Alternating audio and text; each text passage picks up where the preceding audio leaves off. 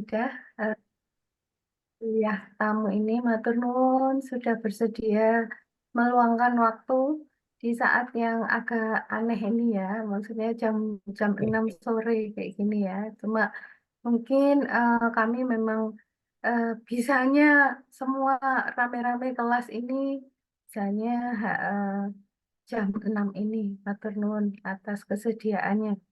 Baik, teman-teman mahasiswa, terima kasih untuk hadir. Mohon teman-temannya yang lain diingatkan untuk ikut kuliah tamu ini.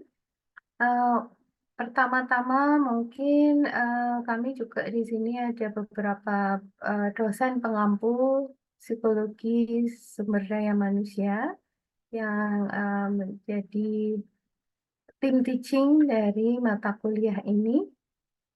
Mungkin saya akan bacakan dulu siapa Profesor Hamidah Nayati Utami ini yang telah bersedia untuk membagi ilmu bersama kita semua.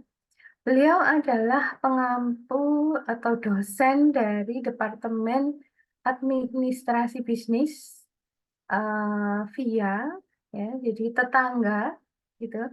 Dan kalau kita lihat apa penelitian dan juga apa bidang keahlian yang dimiliki oleh beliau itu sangat sangat sangat mirip dengan psikologi industri organisasi. Beliau S1 S2 uh, ini Putri Brawijaya betulan gitu ya, baru S3 um, ke IPB untuk meneruskan. Nah, kalau bisa dilihat di halaman Fakultas Ilmu Administrasi, banyak sekali publikasi yang telah beliau miliki, sehingga tidak bisa dipungkiri lagi ini narasumber yang sangat uh, kompeten di bidangnya, terutama untuk memahami bagaimana perubahan manajemen sumber daya manusia di era VUCA. VUCA ini volatility, uncertainty, complexity, and ambiguity. Ya, nanti mungkin lebih diterangkan lagi. Pokoknya GJ, kalau anak sekarang bilangnya GJ, gak jelas-jelas gitu ya.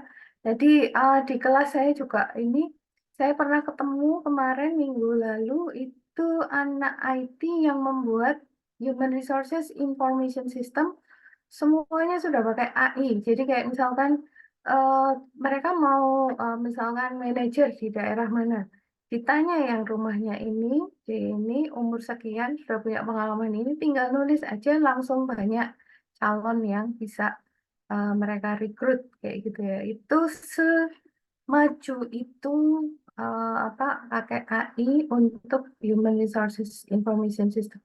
Nah, gunanya apa yang belajar manajemen sumber daya manusia ini kalau misalnya digantikan oleh AI ini? Nah, mungkin nanti ada resepnya dari Prof. Hamidah. Nah, waktu yang kami ini alokasikan adalah 2 jam, mungkin 90 menit paparan dan 30 menit pertanyaan. Mungkin nanti ada hadiah untuk yang nanya ya, Bu Cici ya? Enggak ya? Oh, hadiahnya cuma dikasih sun jauh dari kita, kayak gitu. Eh, tapi tolong disimak baik-baik ya. Ini bahannya keren banget. Saya udah lihat beberapa ininya, meskipun 23 halaman, tapi tidak membosankan. Ya, teman-teman, tolong nanti disimak dan dipahami. Ini Bu Fatia mau foto dulu atau nanti aja ya? Kayaknya belum hadir semua mahasiswanya, masih 81. Kita mungkin ada sekitar 250-an seperti itu. eh Mungkin untuk pengantarnya, sampun, saya persilahkan, saya serahkan screen dan juga apa ini untuk Bu Profesor Hamidah. Monggo, silahkan. Terima kasih Bu Ika Widyarini. Ya, Ikannya banyak. ya ini saya komunikasi Sebelumnya, Assalamualaikum warahmatullahi wabarakatuh. Waalaikumsalam Senang sekali warahmatullahi saya bersilaturahmi dengan teman-teman dari psikologi. Saya sebelumnya sudah pernah berinteraksi dengan Bu Ika Rahma, Bu Ika Aditya, terus Ika satu lagi siapa saya lupa. Ika eh, Ika, Fitriani, bukan Ika Herani, Herani, Ika Herani. Herani. Ika Herani. Nah, saya Ika Widyarini yang tertua. Ya, Fosil. terima kasih. Saya diajak untuk bersilaturahmi dengan teman-teman psikologi, ya, teman-teman mahasiswa dan teman-teman dosen. Sebenarnya saya itu sudah lama punya cita-cita bersama dengan teman-teman psikologi Bu Ika membuat pusat studi SDM di universitas. Tetapi karena waktu tidak apa ya, klop-klop kita ketemu untuk membuat proposal zaman rektornya Prof. Bisri sampai sudah Pak berganti Widodo. 3 rektor kita belum jadi ketemu. Mudah-mudahan setelah ini kita bisa tidak lanjuti ya. Amin, amin. Amin, nggih, Bu. Oke. Sampai saya sendiri di Fakultas Ilmu Administrasi juga ada pusat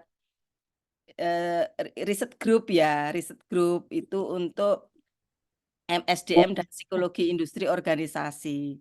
Ya, mungkin perkenalan dulu ya supaya kita lebih klop gitu loh belajarnya atau diskusinya. Jadi begini, saya di Fakultas Ilmu Administrasi, guru besarnya bidang manajemen sumber daya manusia. Saya di Departemen Administrasi Bisnis. Jadi di VIA itu ada 2, Departemen Administrasi Publik dan Departemen Administrasi Bisnis. Departemen Administrasi Publik itu organisasi yang diteliti itu adalah organisasi publik, ya, pemerintahan dan sebagainya. Nah, sedangkan organisasi Departemen Bisnis itu organisasi yang diteliti adalah organisasi bisnis atau perusahaan. Nah, di sini di VIA itu ada beberapa peminatan di Departemen Administrasi Bisnis itu ada keuangan, ada sistem informasi, kemudian ada pemasaran dan ada SDM. Nah, SDM ini sebenarnya hampir seluruh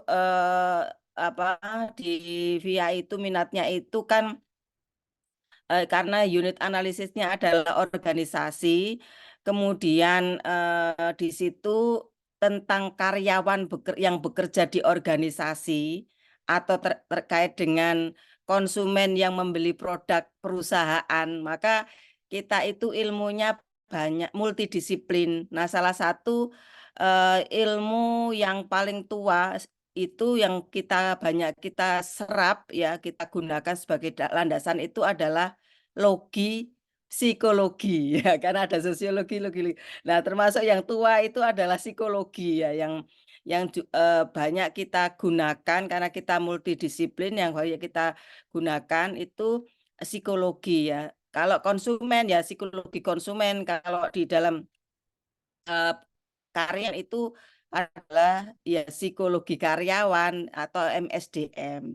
Sehingga di dalam penelitian-penelitian kami itu banyak yang menggunakan analisisnya itu adalah menggunakan instrumen-instrumennya psikologi. Nah, ini yang mudah-mudahan nanti kita bisa berlanjut bekerja sama dengan dosen-dosen psikologi atau mungkin mahasiswa yang mau riset atau apa yang di perusahaan ya, terutama yang psikologi terkait dengan karyawan itu kita bisa bekerja sama. Nah, saya juga memiliki mahasiswa bimbingan yang tentang penelitian tentang SDM itu S1, S2 dan S3 ya. Karena di kami sudah ada S3 sudah mungkin 25 tahun lebih ya. Itu kita sudah punya mahasiswa S3, bimbingan-bimbingan S3 juga sudah banyak dan banyak juga yang bekerja menjadi pimpinan di perusahaan itu di Departemen SDM ya. contohnya saya juga bimbingan saya itu dulu adalah direktur SDM-nya Pertamina, ya. Kemudian direktur SDM-nya Hotel Indonesia Natur, bahkan sekarang menjadi dirutnya.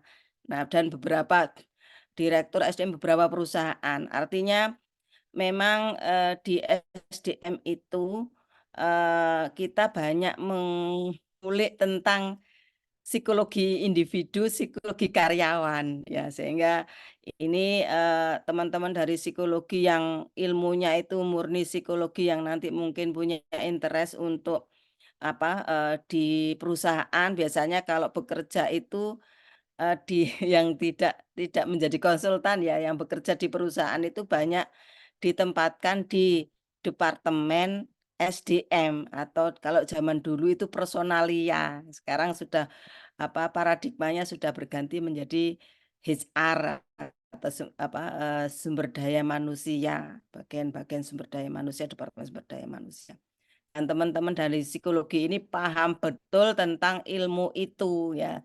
Dimana nanti penerapannya itu di perusahaan itu nanti tentu harus belajar juga tentang organisasi atau tentang perusahaan, tentang strategi dan sebagainya. Nah, sekarang ini saya ingin sharing tentang bagaimana memahami karyawan itu kedudukannya di perusahaan dan mau diapakan karyawan itu ya, dan bagaimana mengelola karyawan itu dengan memahami unsur-unsur psikologi itu yang saat ini di dalam menangani karyawan itu agak-agak ribet karena perusahaan itu juga ribet dalam menghadapi persaingan dan dalam menghadapi situasi yang banyak sekali berubah ya dengan cepat ya.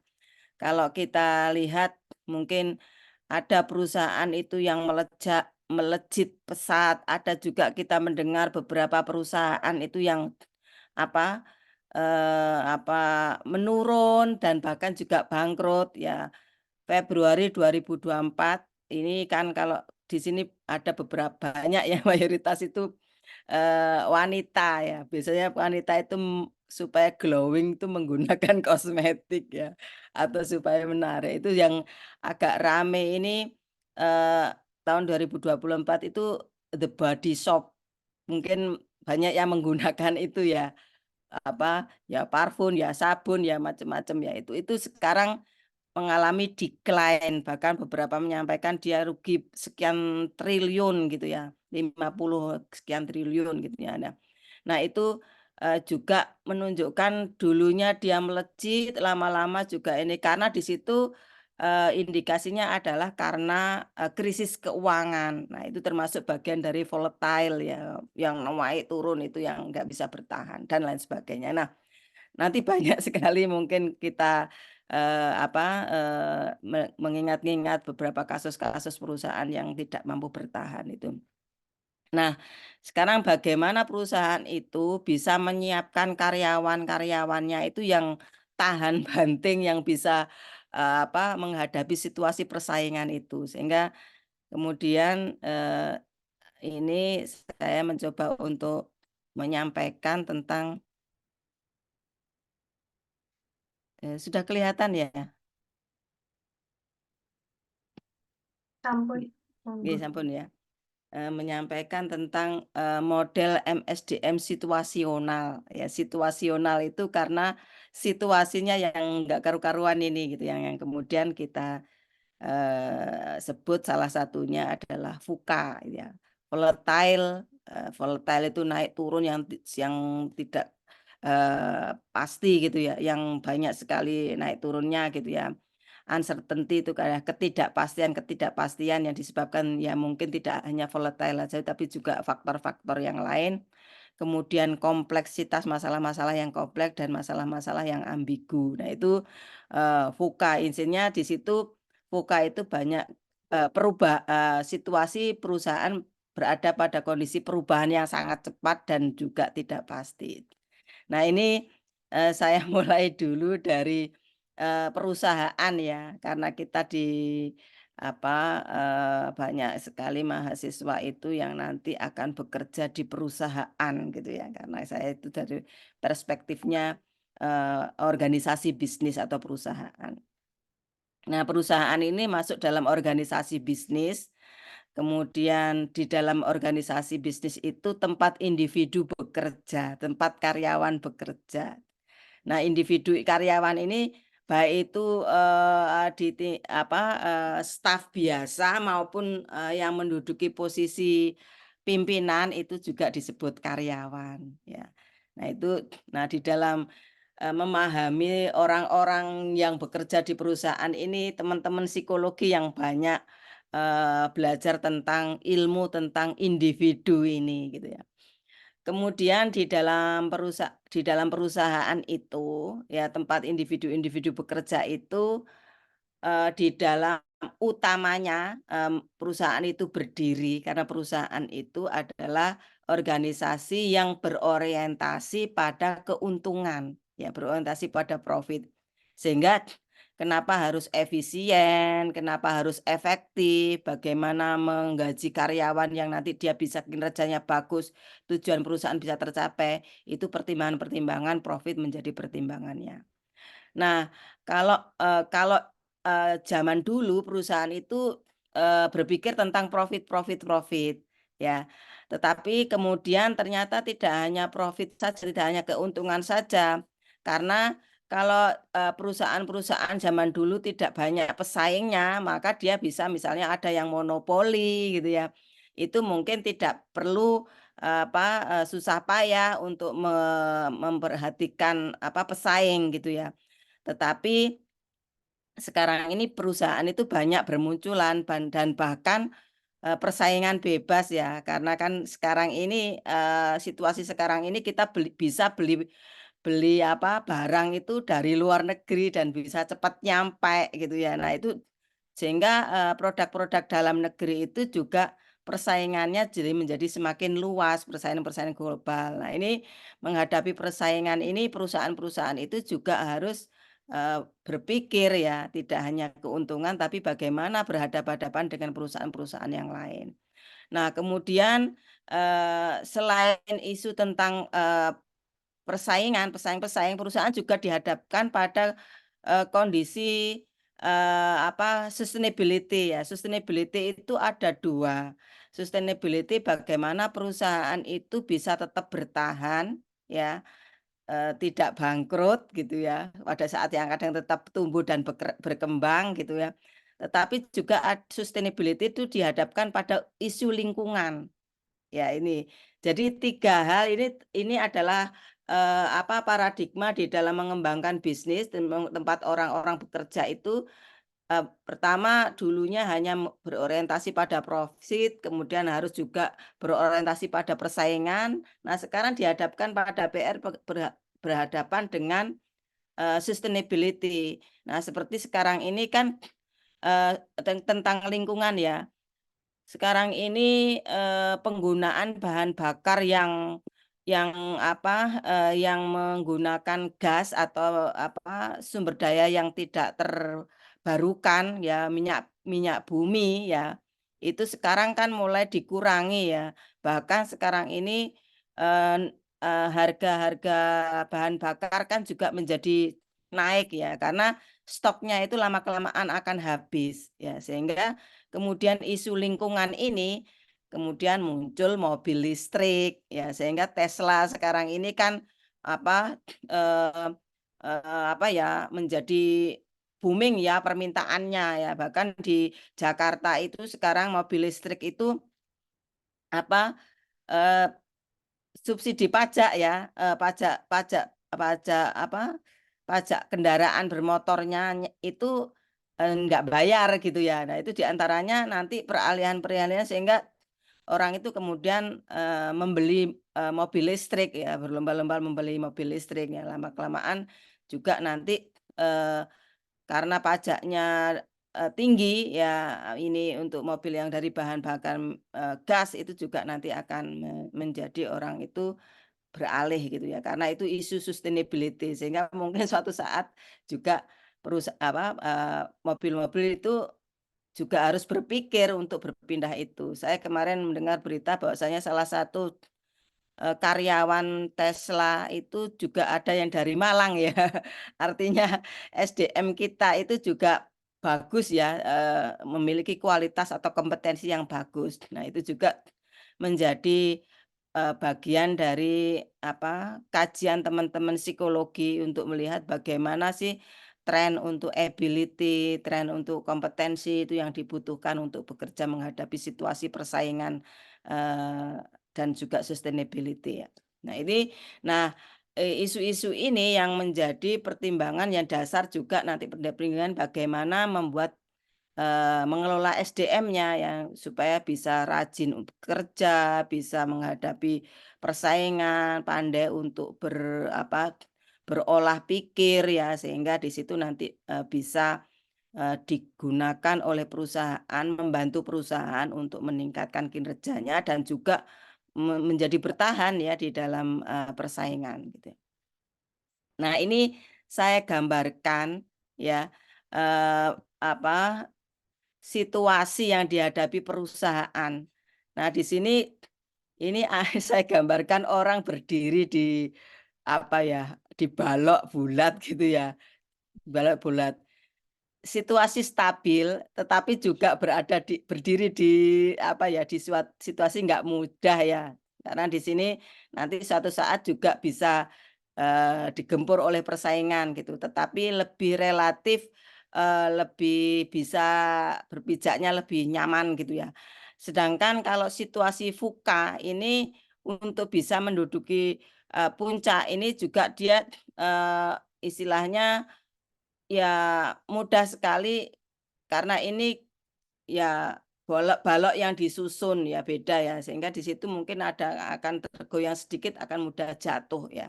Sehingga tantangan VUCA ini membutuhkan perhatian yang ekstra ya di dalam perusahaan untuk bisa tetap bertahan gitu ya. Ya. Kemarin ini kita dengar ya, dulu Transcorp punyanya Khairul Tanjung kalau di Indonesia ya. Itu kan ya melejit gitu ya. Punya TV, kemudian punya hotel, punya tempat hiburan, punya supermarket yang besar gitu ya. Nah, konon beberapa gerai supermarket itu sudah tutup ya, dan kalau kita di Malang itu di mana Bu? Di sebelahnya Matos itu juga sepi gitu ya. Nah, itu menunjukkan bahwasanya fluktuasi yang sangat cepat ya yang tidak didukung dengan SDM yang kuat ya, banyak faktor ya, kompleks, ketidakpastian itu juga bisa menggoyang perusahaan ya. Nah, ini PR-nya bagaimana perusahaan itu bisa bertahan untuk menghadapi persaingan itu, SDM-nya itu disiapkan seperti apa sih gitu ya. Nah, di sini kalau dilihat ya tantangan di dalam mengelola karyawan di dalam perusahaan itu ini ya ada 84% ya perusahaan itu ya mengalami keterbatasan di dalam kualitas karyawannya ya, di mana perusahaan itu kekurangan karyawan yang memiliki keterampilan, pengetahuan atau kemampuan yang dibutuhkan pada kondisi VUCA. Ya, artinya yang terpenuhi itu hanya sedikit gitu. Nah, ini juga menjadi tantangan ya. Artinya lulusan-lulusan sarjana-sarjana dari perguruan tinggi itu juga harus dibekali kekuatan untuk berhadapan-hadapan dengan situasi VUCA ini. Nah, tadi Bu Ika sudah menyampaikan ya eh, eh, penggunaan AI ya, penggunaan AI itu termasuk juga bagian dari perusahaan itu untuk mudah misalnya menyeleksi gitu ya, menyeleksi karyawan. Nah, dilihat kalau AI itu semua kan basisnya rekam jejak digital ya. Sehingga kalau misalnya Menteri pendidikan kita, Pak Nadiem itu membuat MBKM, kemudian ya kampus kurikulum Merdeka Belajar Kampus Merdeka, kemudian juga kita ada kurikulum OBE gitu. Di antaranya adalah untuk merespon perubahan-perubahan dan tantangan dan menyiapkan lulusan-lulusan itu untuk siap untuk ya menghadapi situasi VUCA ini ya. Di antaranya kenapa kita ada kurikulum OBE, project-project, dan para dosen itu di antaranya adalah ketika membuat project-project diseminasinya itu adalah di-upload di akun-akun ya, di website-website, di media sosial dan sebagainya. Itu adalah untuk meletakkan rekam jejak kita rekam jejak digital kita tetapi yang positif. Ya, rekam jejak digital kan ada yang mungkin negatif tetapi kita positif. Misalnya membuat proyek diupload, kemudian membuat paper diupload ya. Nah, itu diantaranya adalah untuk menampung rekam jejak kita ya yang nanti ketika di-tracking oleh AI itu kita ada. Ya, sehingga di sini teman-teman dari psikologi juga ketika membuat tulisan, ketika membuat apa ya karya-karya, baik itu video, tulisan atau mungkin gambar-gambar itu sangat positif ya kalau kita nanti bisa di-tracking dengan menggunakan AI. Nah ini saya kira ini teman-teman semester berapa nggih Bu Ika? Ini rata-rata semester 6, Bu. Nggih, apalagi semester 6 yang mungkin belum punya jejak digital ya. Sekarang mulai mulai menggunakan jejak digital itu ya, tetapi yang untuk karya-karya yang relevan dengan ya bidangnya yaitu psikologi ya. Nah, situasi berubah cepat dan tidak pasti ya. Contohnya krisis keuangan yang tadi berdampak pada kolapsnya beberapa perusahaan ya. Kemudian bencana alam, yang bencana alam itu diantaranya mungkin juga berdampak pada misalnya bencana alam atau bencana yang lainnya itu berdampak pada misalnya eh, terjadi misalnya kecacatan ya, terjadi misalnya kematian pada karyawan-karyawan ya, di situ perusahaan juga akan kekurangan. Nah, contohnya yang paling dekat dengan situasi kita kemarin itu pandemi. Ya, pandemi itu kita banyak kehilangan ya dosen-dosen ya Bu Wika ya. Banyak kehilangan karyawan-karyawan ya. Kalau di perusahaan nggak banyak kehilangan karyawan-karyawan yang potensial. Nah, ini juga menjadi situasinya menjadi tidak stabil gitu ya. Kemudian juga yang sekarang ini rame itu adalah misalnya peperangan ya, baik itu Ukraina, kemudian juga di sini di Palestina gitu ya. Itu juga berdampak terhadap bisnis ya, berdampak terhadap bisnis ya. Ya misalnya boikot atau misalnya pada saat Ukraina perang itu sumber-sumber daya yang biasanya pasokannya dari Ukraina itu kemudian berkurang, tidak ada. Contohnya pupuk, ya pupuk itu salah satu bahan bakunya dulu dari Ukraina, yang kurang sehingga berdampak pada pasar, berdampak pada produk dan juga mungkin mendorong karyawan itu berpikir ya bagaimana menyediakan bahan baku yang ada ini bisa diolah gitu ya dan sebagainya. Nah, ini juga berdampak pada perusahaan. Nah, di sini gambarannya ada situasi volatilitas ya, perubahan yang sering terjadi cepat dan sulit diprediksi. Nah, itu diantaranya adalah tentang nilai tukar rupiah, krisis keuangan ya. Krisis keuangan itu misalnya masalah perekonomian. Misalnya kita lihat nilai tukar biasanya kalau Indonesia terhadap dolar gitu ya. Nah, itu naik turunnya itu juga berdampak ya. Ya, sehingga kalau misalnya bahan baku itu dari luar, kemudian dolarnya naik juga akan berubah gitu ya. Nah, ini volatilitas itu termasuk juga diantaranya misalnya harga saham. Harga saham perusahaan memiliki perusahaan terbuka yang menjual sahamnya, kemudian volatile ya, naik turun itu juga akan berdampak ya. Kemudian uncertainty adalah ketidakpastian ya, banyaknya ketidakpastian sehingga sulit untuk mengambil keputusan ya.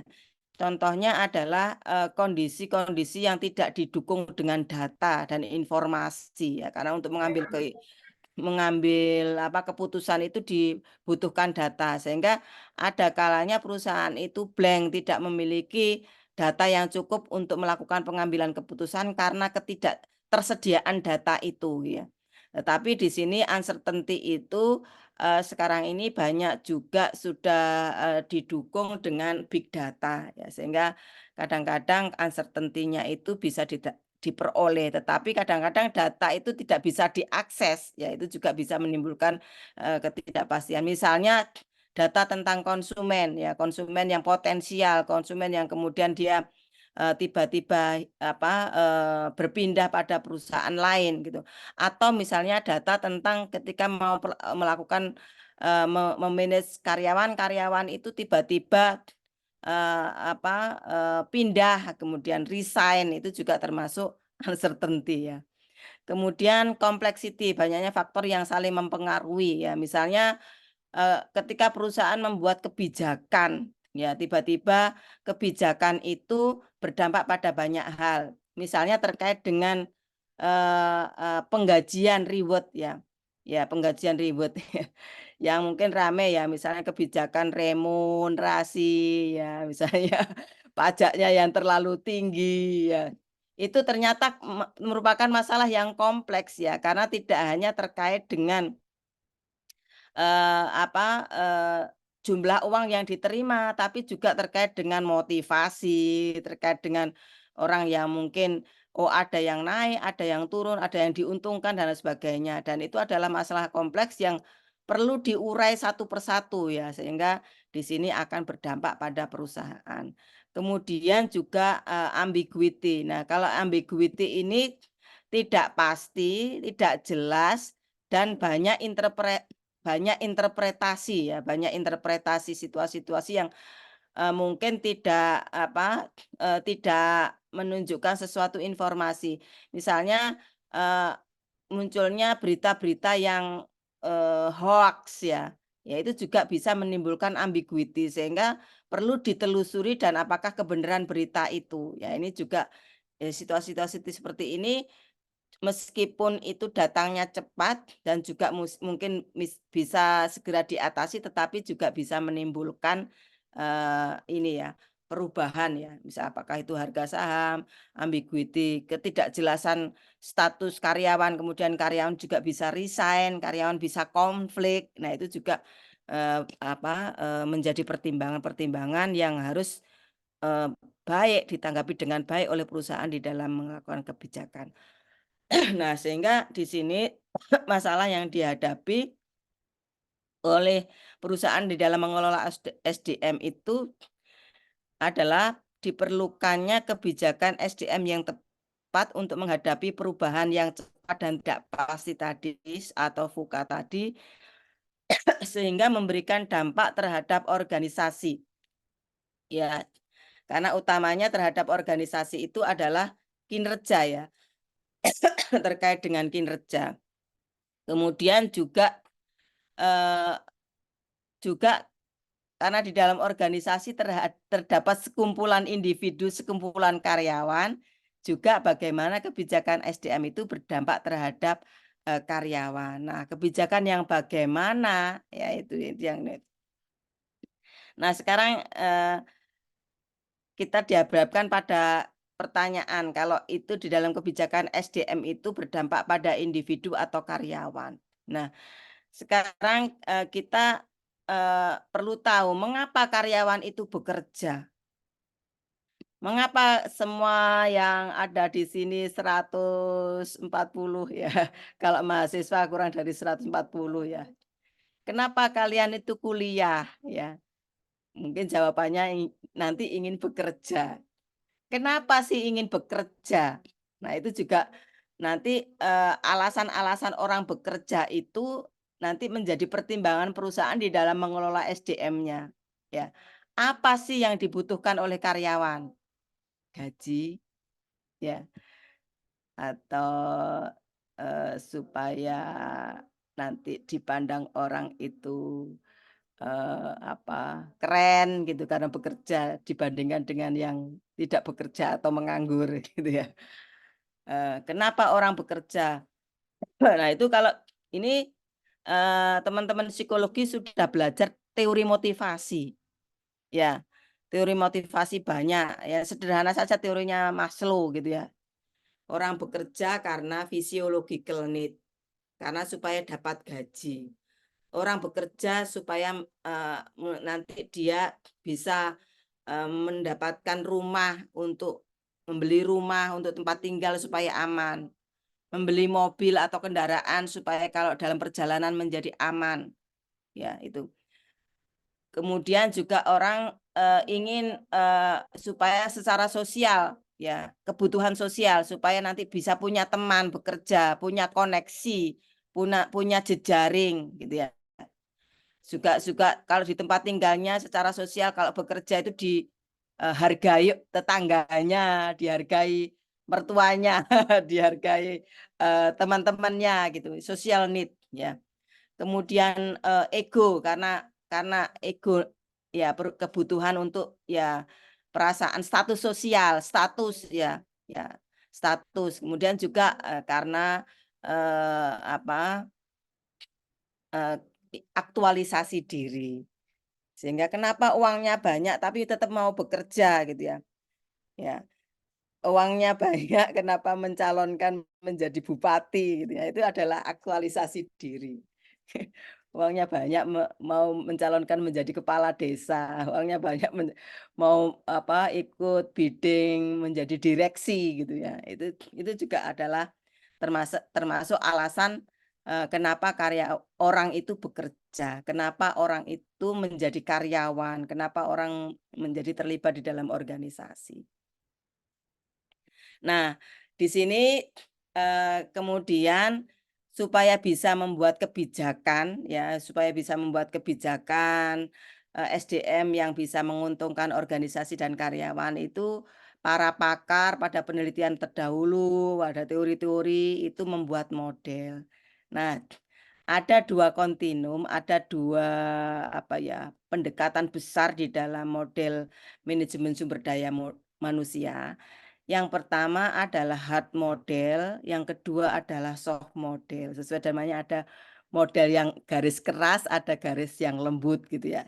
Nah, di dalam hard model itu seperti halnya kalau di dalam organisasi, ada perusahaan yang bersifat mekanistik, ada perusahaan yang bersifat organik. Mekanistik itu kaku, organik itu fleksibel gitu ya. Nah, begitu juga di dalam mengelola SDM itu ada hard model yang diinisiasi oleh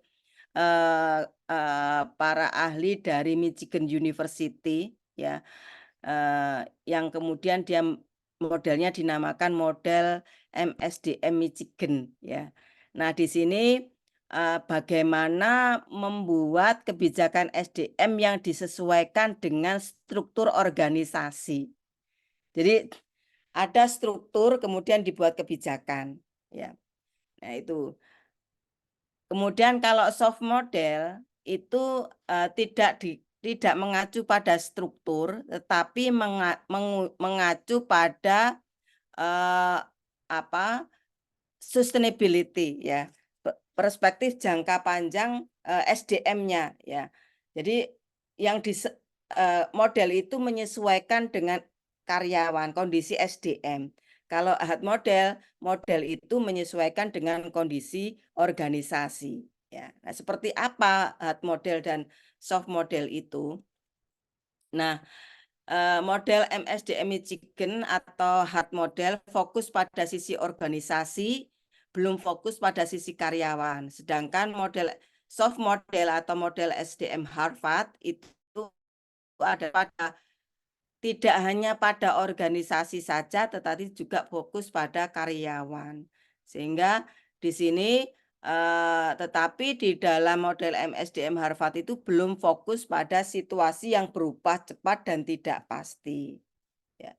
Nah ini, jadi modelnya Michigan ini diperkenalkan oleh Von Braun ya, oleh Von Braun. Bu Ika nanti saya diingatkan waktunya ya kalau misalnya saya terlalu lama. Von Braun ini modelnya Michigan ini berorientasi pada struktur ya, sehingga di situ bagaimana perusahaan itu, karena di sini panahnya akan menunjuk pada performan kinerja perusahaan ya, kinerja perusahaan. Nah kinerja ini tentu akan dinilai oleh proses appraisal, penilaian kinerja perusahaan, kemudian juga ada penilaian kinerja karyawan. Nah, performan. Nah, untuk bisa mendapatkan kinerja itu, maka di situ harus ada karyawan ya. Sehingga nanti akan proses seleksi karyawan itu adalah acuannya ada pada struktur ya, struktur acuannya pada kinerja yang sudah ditetapkan gitu ya. Nah, dari seleksi ini nanti akan karyawan itu akan diberikan gaji dan akan juga ada pengembangan. Nah, karena ini namanya sudah MSDM, maka di situ sudah ada unsur development ya, karena di situ meskipun dia masih belum memperhatikan aspek jangka panjang, tapi sudah ada development. Development itu adalah pengembangan karyawan ya. Pengembangan karyawan itu pengembangan dari karirnya ya, dan juga pengembangan dari aspek kesejahteraannya. Itu adalah modelnya Von Braun ya. Nah, di sini kemudian ada model Harvard ya. Model Harvard ini tidak hanya sekedar kebijakan, kemudian seleksi, reward, development, tetapi sudah memperhatikan aspek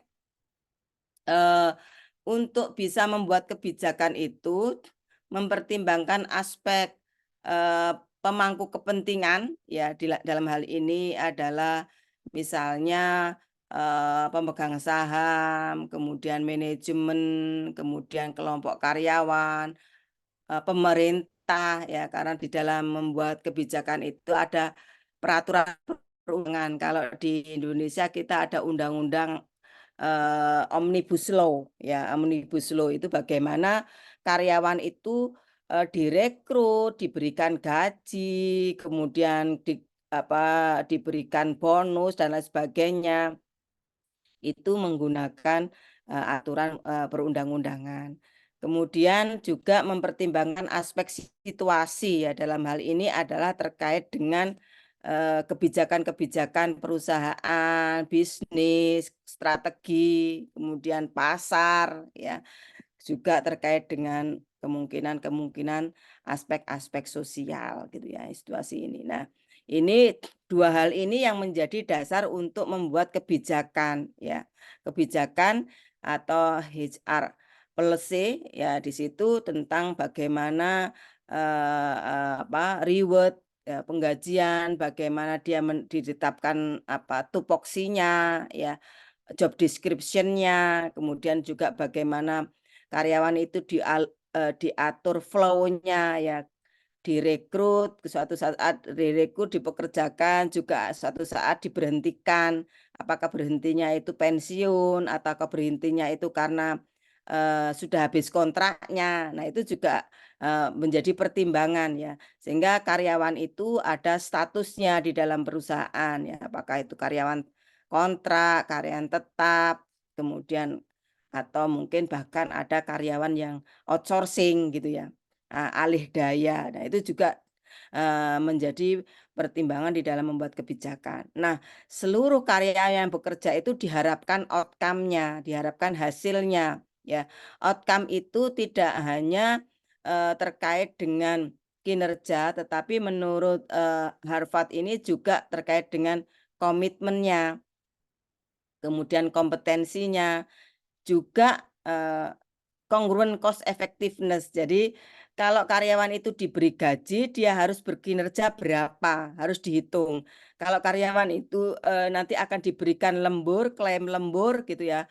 Nah, di lembur itu dia mendapatkan hasil apa itu di dalam bisnis itu dihitung-hitung gitu ya, supaya nanti karyawan itu bekerja tidak dirugikan, perusahaan juga membayar tidak merasa dirugikan. Nah, di dalam modelnya Harvard ini tidak hanya berhenti pada kompetensi ya, pada karyawan itu berperform, berkinerja, tetapi juga ada konsekuensi jangka panjang ya. Karena SDM itu adalah aset ya. SDM itu bukan buruh, bukan faktor produksi kalau di dalam teori yang klasik ya, teorinya Adam Smith ya. Karyawan itu dianggap sebagai faktor produksi ya. Kalau istilahnya sekarang ini isu-isu tentang perburuhan itu misalnya tidak, karyawan itu bukan budak sehingga tidak ada slavery, tidak ada perbudakan di dalam mengelola karyawan. Tetapi karyawan itu adalah aset sehingga ya harus diperhatikan well-being-nya, individual well-being ya. Individual well-being itu ada dua. Physical well-being, kesejahteraan fisik ya. Ya, karyawan itu bisa makan, karyawan itu bisa punya tempat tinggal, karyawan itu bisa memiliki kendaraan, karyawan itu bisa membelanjakan uangnya untuk kebutuhan-kebutuhannya, kebutuhan fisiknya. Dia adalah individual physical well-being. Tetapi juga yang menjadi bagian dari kajian teman-teman psikologi itu, karyawan itu juga sejahtera psikologinya.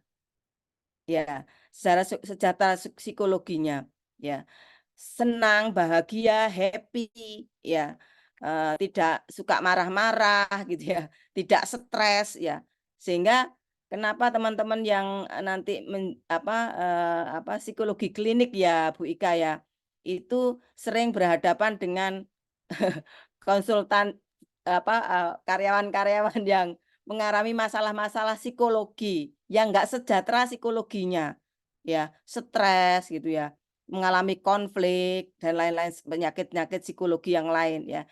Artinya di situ individual well-being dari psychological well-being-nya itu tidak sejahtera.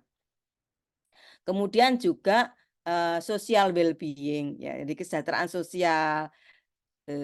Kalau sekarang ini suka jalan-jalan itu namanya apa, Bu Ika? Healing healing. Ya, itu bertemu dengan Healing. teman-temannya, arisan, goes, ya dan lain sebagainya. Ya, pada memanfaatkan waktu libur. Itu diberikan waktu libur. Ya, di antaranya adalah untuk mendapatkan social well-being, ya. Yaitu sehingga ada union, serikat pekerja. Kita dosen punya serikat kerja nggak Bu? Bu Ika?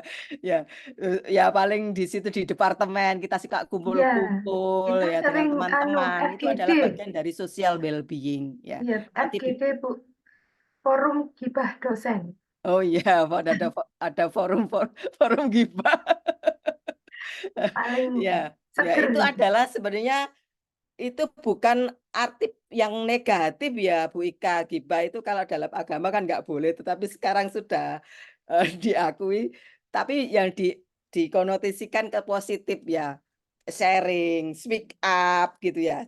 Itu adalah termasuk memenuhi social well-being-nya.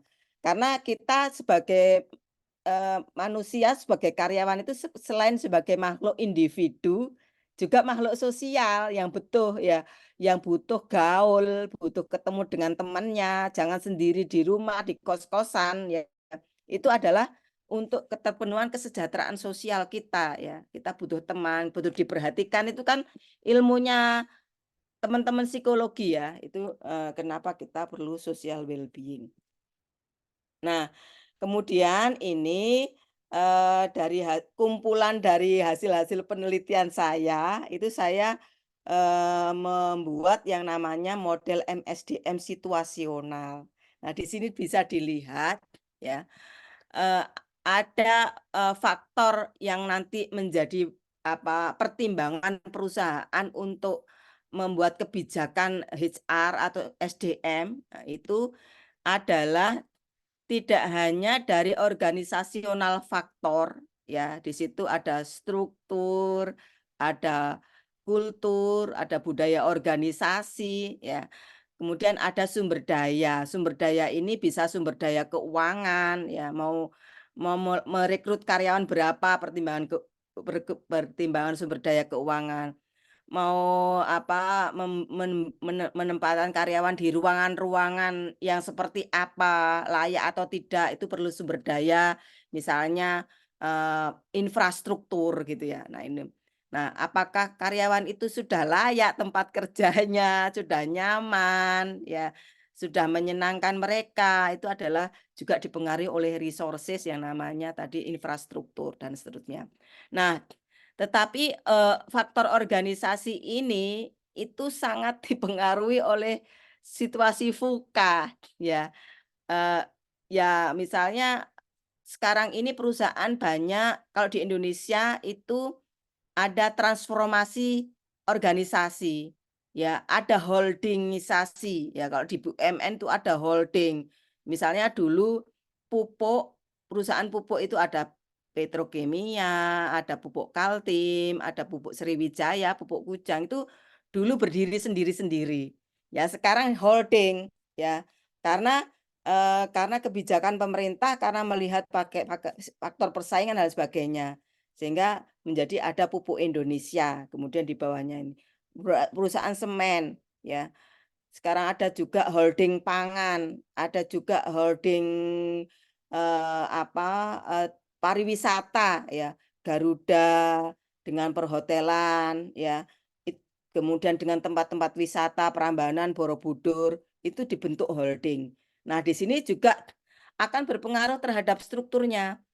Misalnya bank, ya, ada bank syariah, dulu ada bank syariah Mandiri, kemudian ada bank syariah BRI, BNI dan sebagainya. Sekarang dibentuk jadi di merger, ya, merger ini tentu pertimbangan dari diantaranya adalah situasi VUCA, ya, sehingga di situ kan akan berpengaruh terhadap struktur, karyawan juga akan berpengaruh pada struktur, ya. Misalnya dulu ada Bank Niaga, kemudian dibeli oleh perusahaan dari Malaysia kalau nggak salah, menjadi CIMB dan seterusnya. Itu adalah merger, akuisisi, holdingisasi. Itu adalah perubahan struktur yang disebabkan oleh situasi lingkungan eksternal, termasuk di dalamnya adalah mungkin ada VUCA, ya, atau VUCA salah satunya disebutnya akan menjadi ini. Nah, situasi ini yang akan berdampak pada kebijakan-kebijakan, ya. Bagaimana rekrutmen dan seleksi, training, penilaian kinerja, pembelian reward atau gaji, dan juga retensi, ya, membuat kebijakan karyawan yang tinggal atau yang dilepaskan gitu ya. Nah, termasuk di dalam situasi VUCA ini adalah pada kondisi saat ini ada yang sangat berpengaruh, ya, terhadap kebijakan-kebijakan SDM itu adalah perubahan teknologi informasi, ya, perubahan teknologi, ya. Perkembangan teknologi ini berdampak pada bagaimana perusahaan itu melakukan kebijakan untuk misalnya rekrutmen. Dulu sama saya dengan Bu Ika sempat pernah diajukan rekrutmen untuk beberapa perusahaan, ya, rekomendasi seleksi beberapa organisasi, ya, pemerintahan, ya. Nah, mungkin tes psikotes, ya, mungkin masih perlu dengan menggunakan instrumen-instrumen yang ada, tetapi caranya sekarang sudah dengan menggunakan teknologi, ya. Ya, dengan menggunakan teknologi online gitu, ya. Itu adalah teknologi. Kalau dulu datang ke tempat ngisi, ngoreksinya juga sekarang sudah langsung klik, langsung ini.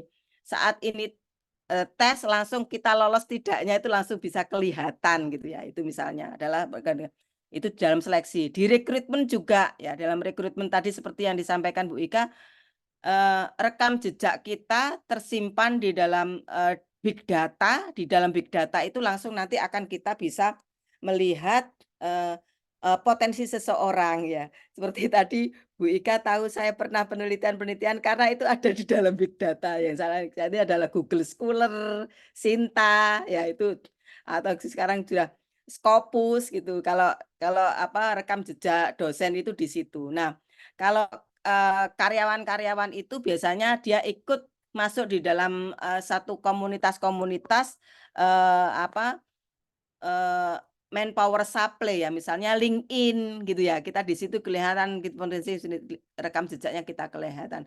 Kalau kita tidak masuk di situ, maka biasanya perusahaan sulit untuk mencari dari AI-nya itu, mencari data kita. Sehingga kenapa kita itu perlu memasukkan rekam jejak kita. Kalau kita itu kalau dosen sekarang kan terpaksa ya Bu, karena semua harus diupdate sisternya, harus dilihat ini ya. Kalau dulu zaman saya pertama menjadi dosen tahun 96 itu belum ada internetan itu ya. Rekam jejak kita ya tersimpan di perpustakaan-perpustakaan secara manual gitu ya. Kalau sekarang sudah ini. Nah, juga teman-teman mahasiswa yang punya pengalaman misalnya magang ya, kemudian juga misalnya lomba. Nah, itu juga merupakan data yang perlu kita simpan di dalam big data ya, di dalam rekam jejak kita. Yang kita rekam bukan hanya kita belanja melalui aplikasi-aplikasi, itu adalah kita jejak kita di dalam untuk orang-orang marketing ya, perilaku konsumen ya. Mau jualan apa di Malang itu ketahuan dari orang-orang Malang belanja apa. Nah, itu bagian dari KSM. Sedangkan kalau kita untuk bekerja ya kita bisa mengunggah kemampuan-kemampuan kita, kompetensi-kompetensi kita di situ ya. Sosial media juga mungkin bisa ya, YouTube ya, platform-platform yang itu tersimpan dalam jangka waktu yang lama, yang kita bisa di-tracking itu tolong kita tinggalkan yang menunjukkan kemampuan-kemampuan kita sehingga nanti big data itu akan bisa menarik data kita untuk ketika kita mau di rekrutmen ya, proses rekrutmen.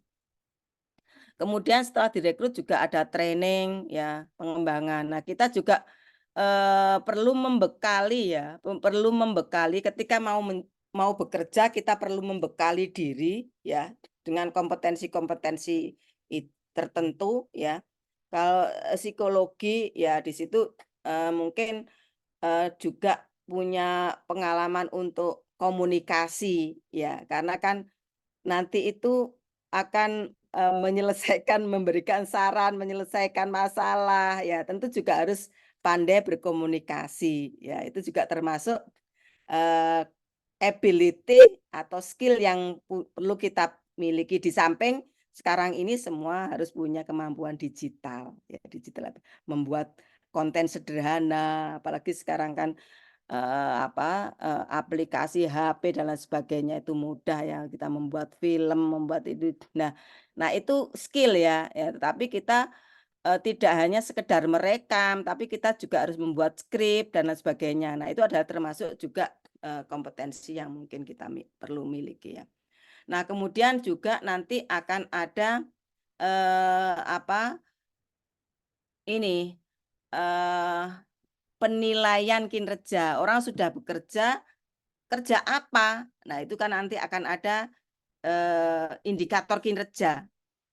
Kalau di dalam struktur organisasi ada job description, ada uraian pekerjaan. Nah, kita akan mengerjakan apa? Kemudian targetnya apa?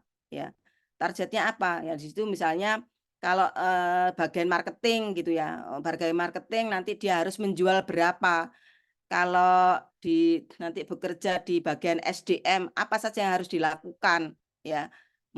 Apa yang harus dilakukan? Misalnya nanti ketika menangani masalah karyawan, ya memberikan pembinaan, coaching dan lain sebagainya. Nah itu nanti mesti akan ada ukuran-ukuran kinerja dan itu akan menjadi patokan kita akan dilakukan penilaian. Nah setelah kita dinilai kinerjanya tentu kita akan diberikan gaji ya. Kalau kita kerjanya lebih kita diberikan bonus. Kalau Bu Ika kita diberi remun ya Bu ya. Ada ada gaji PNS, ada gaji sebagai dosen, kemudian ada tambahan penghasilannya, remunerasi. Kemudian kalau kita bisa berkinerja lebih, meneliti, membuat jurnal, kita adalah bagian dari reward ya. Kemudian setelah itu kita bagaimana kita bisa tetap stay di perusahaan, stay di organisasi, itu ada retention. Bagaimana karyawan itu bisa betah, ya, nggak ingin kabur-kabur, ya. Kemudian nggak cepet-cepet resign. Nah ini juga dari sisi karyawan ada sisi plus minusnya. Nah sekarang ini di sini yang hadir ini adalah banyakkan generasi milenial ya.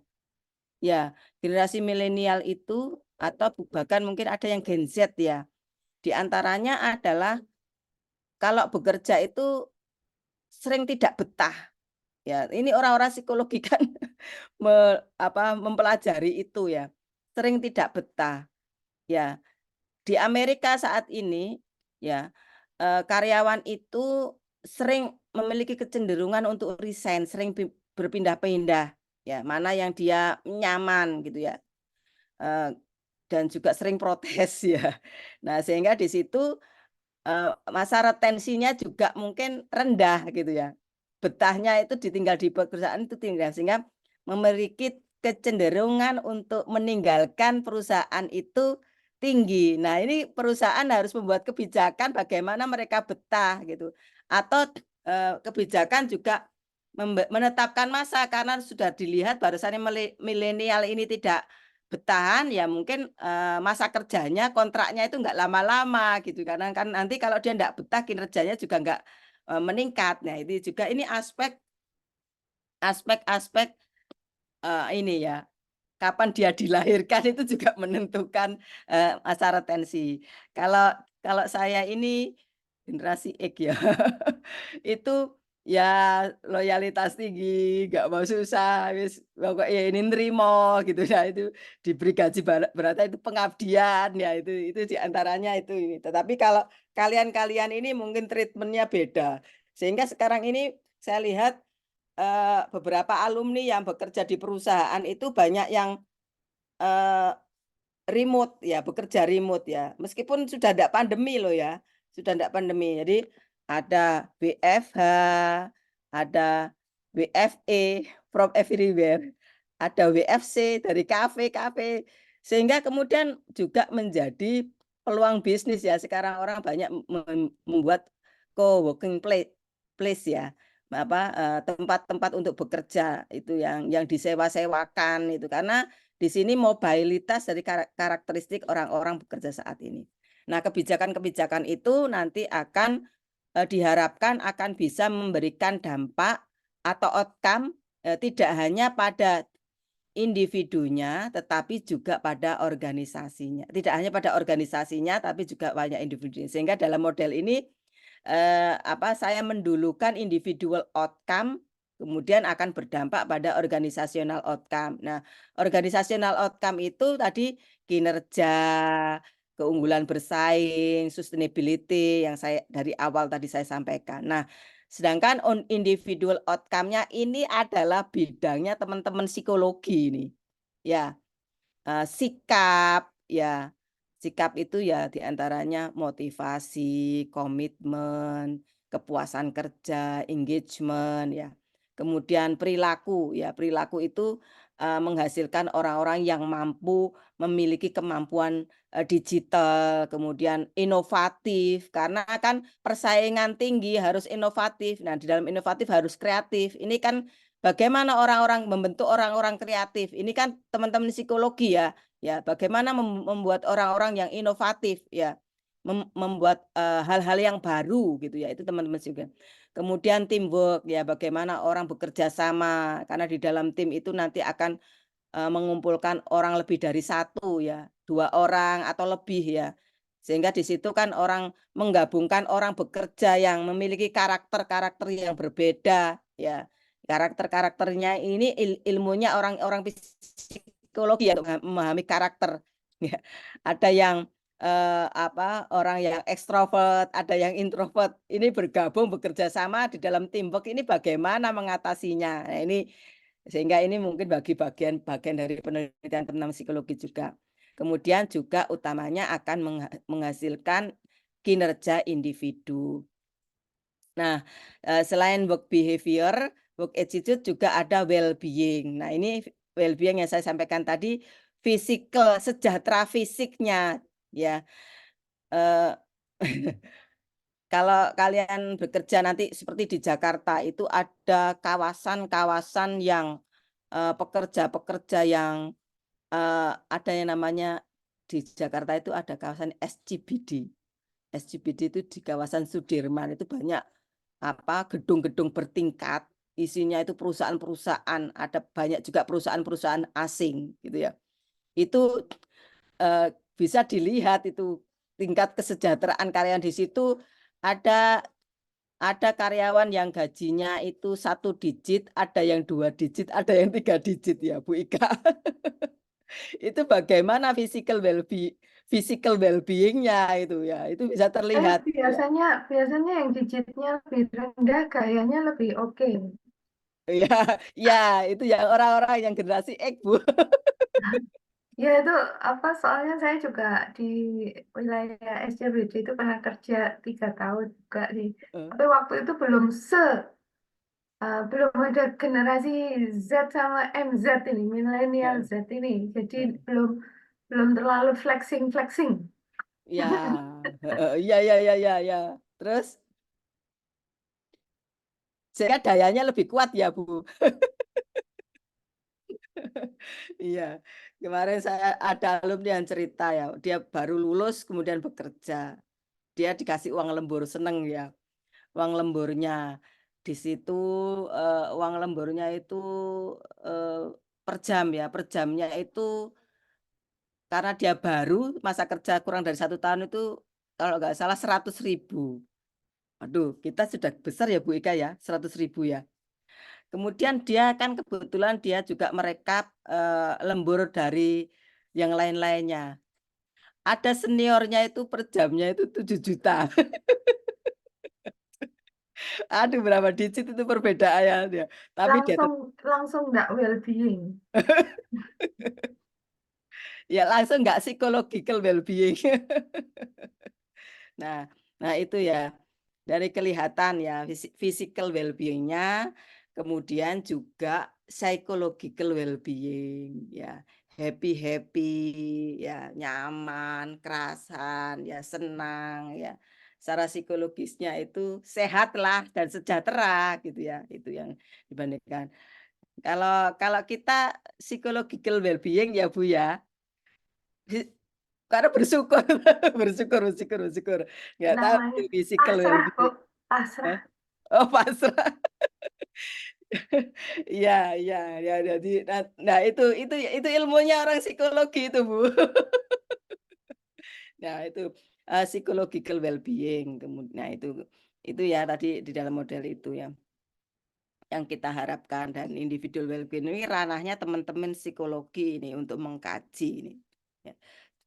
Kemudian berikutnya ini kita ya saya juga di dalam penelitian untuk SDM itu banyak juga menggunakan teori-teorinya teman-teman psikologi ya.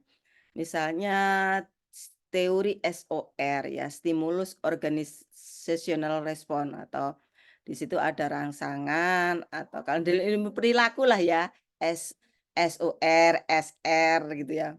Kemudian kalau dikaitkan dengan persaingan ada teori resource based view. Resource itu di mana termasuknya adalah resource itu tadi infrastruktur, uang iya, dan juga human ya, human resource-nya.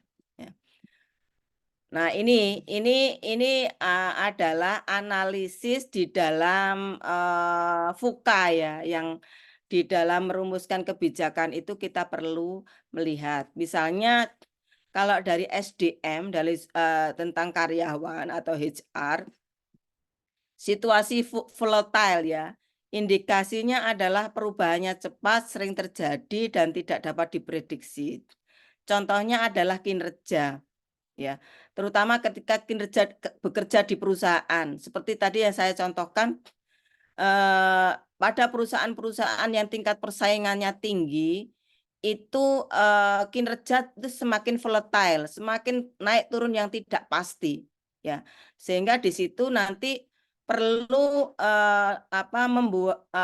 akan berdampak pada kebijakan untuk mengelola SDM-nya, ya. Ketika karyawan itu ada yang kemarin ada yang cerita, ya, untuk bekerja itu ada harus memenuhi target, ya. Target itu misalnya kurang 0,5 gitu, ya. 0,5 itu berarti tetap dianggap tidak memenuhi target. Satu saat dia bisa lebih dari target itu, misalnya lebih dari misalnya 100, 200 dan sampai misalnya ribuan gitu, ya. Tetapi karena dia kurang dari target tersebut, misalnya kurangnya itu 0,5 saja, dia juga dianggap sebagai tidak memenuhi target, berdampak tidak mendapatkan reward, ya, tidak mendapatkan tambahan, ya, dan seterusnya. Ini situasi itu sangat memungkinkan, ya, di dalam fluktuasi itu yang dihadapi pada karyawan, terutama di perusahaan-perusahaan. Ketika tidak tercapai target, ya, nanti berdampak pada banyak hal, ya, termasuk dalam hal finansial dan juga psikologikal, ya. Ketika tidak terpenuhi, ya, orang bisa mungkin nanti berdampak pada tidak dipromosikan. Nah, itu kan fatal sekali, ya, dampaknya. Ini kan pada kondisi volatile memungkinkan, atau bahkan mungkin juga ketika di dalam kontraknya itu juga tertulis, mungkin bisa juga ketika tidak memenuhi target juga diberhentikan. Nah, ini kan kondisi ini sangat memungkinkan terjadi di dalam perusahaan pada situasi volatile. Nah, sehingga di situ respon organisasi yang nanti akan bisa ditularkan pada karyawan adalah mengadopsi manajemen perubahan dan metode tangkas, ya, agile method, ya. Jadi perusahaan harus agile, ya, harus cepat untuk melakukan perubahan kebijakan, ya, ketika ada kondisi volatile, ya, dan karyawan juga dihadapkan harus agile juga.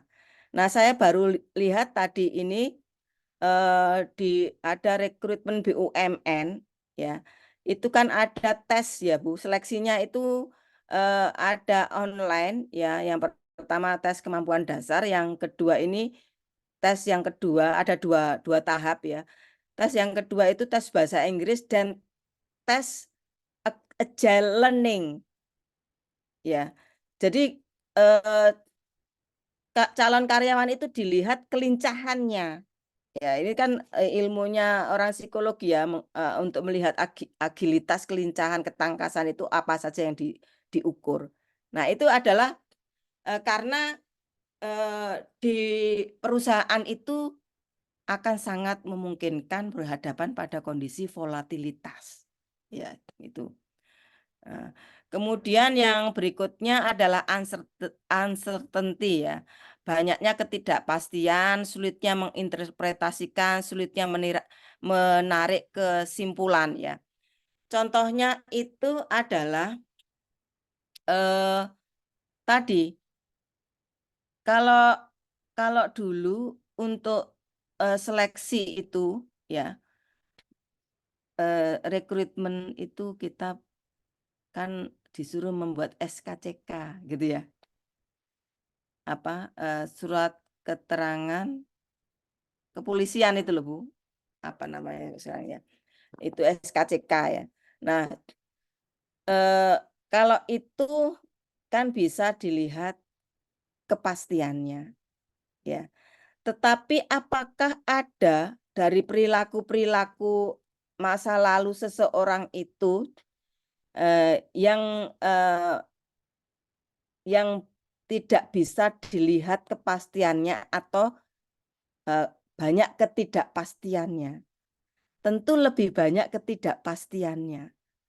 Sehingga bagaimana kalau di dalam rekrutmen itu adalah bagaimana mengumpulkan data yang sebanyak-banyaknya untuk mendapatkan kepastian, menghindari ketidakpastian.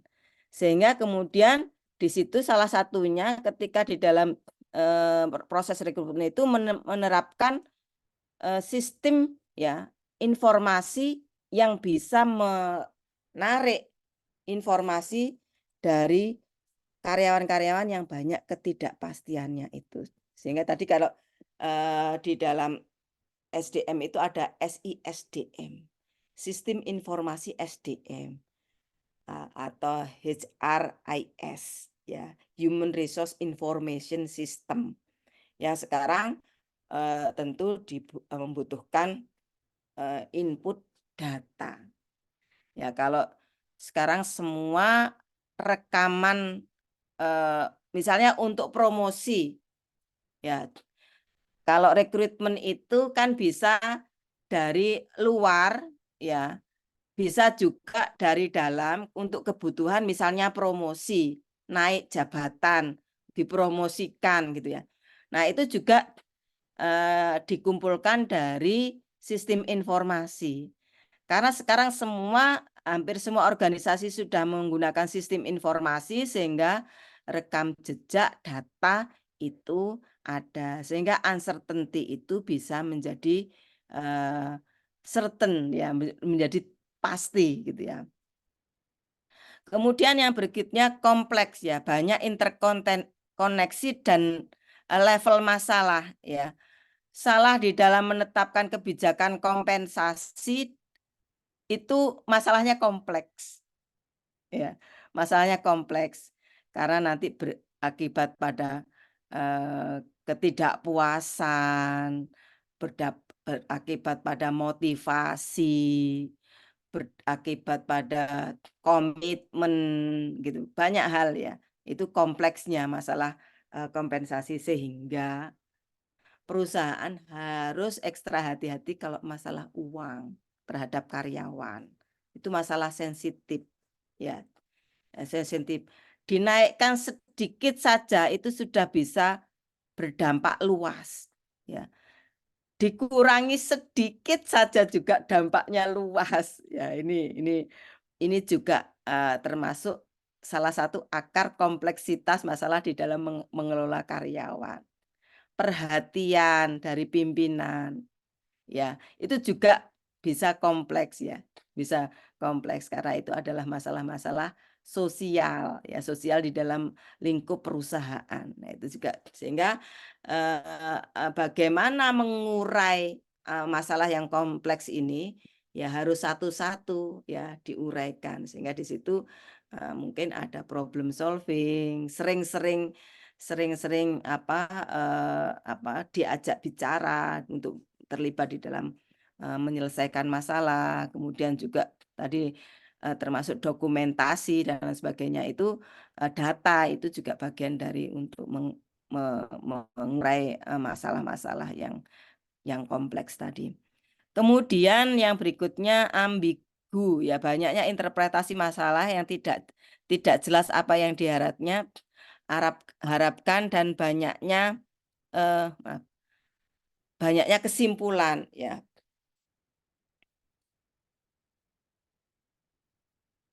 Contohnya ya tadi saya sampaikan berita hoax ya. Berita hoax itu adalah berita yang ambigu. Nah, ketika berita hoax itu tidak dicari kebenarannya akan bisa menimbulkan konflik, isu, fitnah, gosip, ya kan kadang-kadang cepat viral ya. Apalagi kalau itu sudah masuk ke sosial media. Nah, itu sangat potensi menimbulkan ambiguity. Kabarnya akan ada reshuffle kabinet itu ya. Kabarnya akan ada mutasi besar-besaran. Kabarnya akan ada ya mungkin pergantian pimpinan. Ya, itu juga kalau masih kabar akan menimbulkan ambiguitas. Ambiguitas perlu nanti akan potensi terjadi masalah, terjadi konflik dan sebagainya. Sehingga di situ memang harus ada, kalau di FISIP ada pakarnya ya, komunikasi. Ya, ada komunikasi, penyampaian bagian humas ya ini. Kemudian ada integral. Kemudian ada manajemen pengetahuan, keperilakuan, dan itu adalah ranahnya teman-teman psikologi. Ya. Ada orang berperilaku yang kemudian di situ ada menimbulkan ambiguity. Orang-orang psikologi bisa deteksi ya. Itu bohong apa tidak gitu ya. Bahkan juga mungkin ada juga dari bahasa tubuh, dari dan sebagainya. Itu juga termasuk kajiannya teman-teman tentang perilaku individu, perilaku orang yang ambigu itu juga dari teman-teman psikologi yang juga bisa berperan. Nah, di sini di dalam situasi tersebut nanti akan jadikan dasar untuk membuat kebijakan. Nah, di dalam kebijakan SDM itu, ini bisa dimulai dari atas ya. Rekrutmen itu adalah mencari pelamar, ya, mendatangkan pelamar. Ya, jadi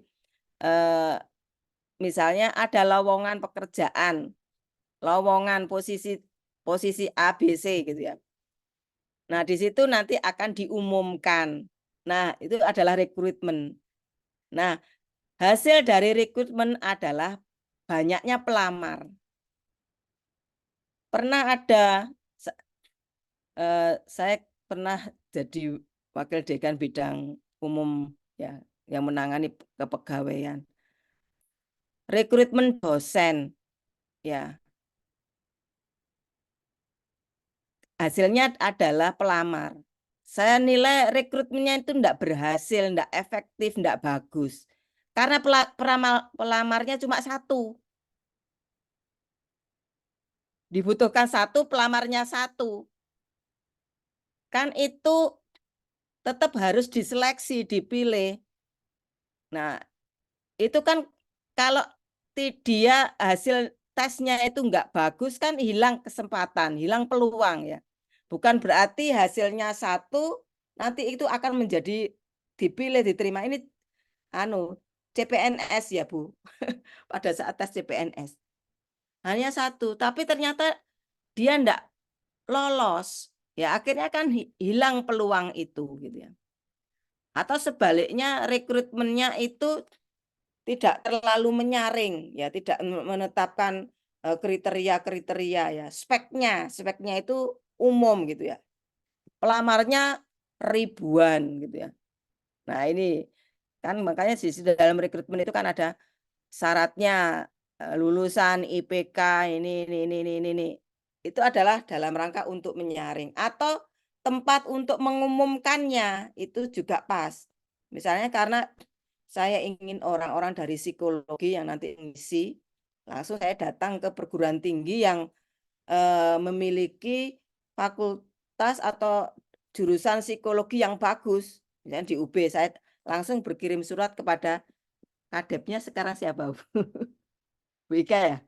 Bukan, Pak Ali, Bu Ali Masuri, Pak Ali Masuri. Pak Ali Masuri. Iya. Profesor itu ya? Bukan? Belum ya? Belum. Oh, Pak Ali satunya lagi yang profesor ya. Ya, Nah, Pak itu Ali Maksum Pak Ali Maksum ya. yang Nah, itu profesor. ya. Jadi rekrutmen outputnya, kemudian outputnya adalah pelamar. Dari pelamar itu akan diseleksi, dites ya. Tesnya macam-macam. Nah, sudah diterima, dia akan di training ya, di training. Awal itu menjadi trainee itu apa ya? Masa probation itu loh, masa probation.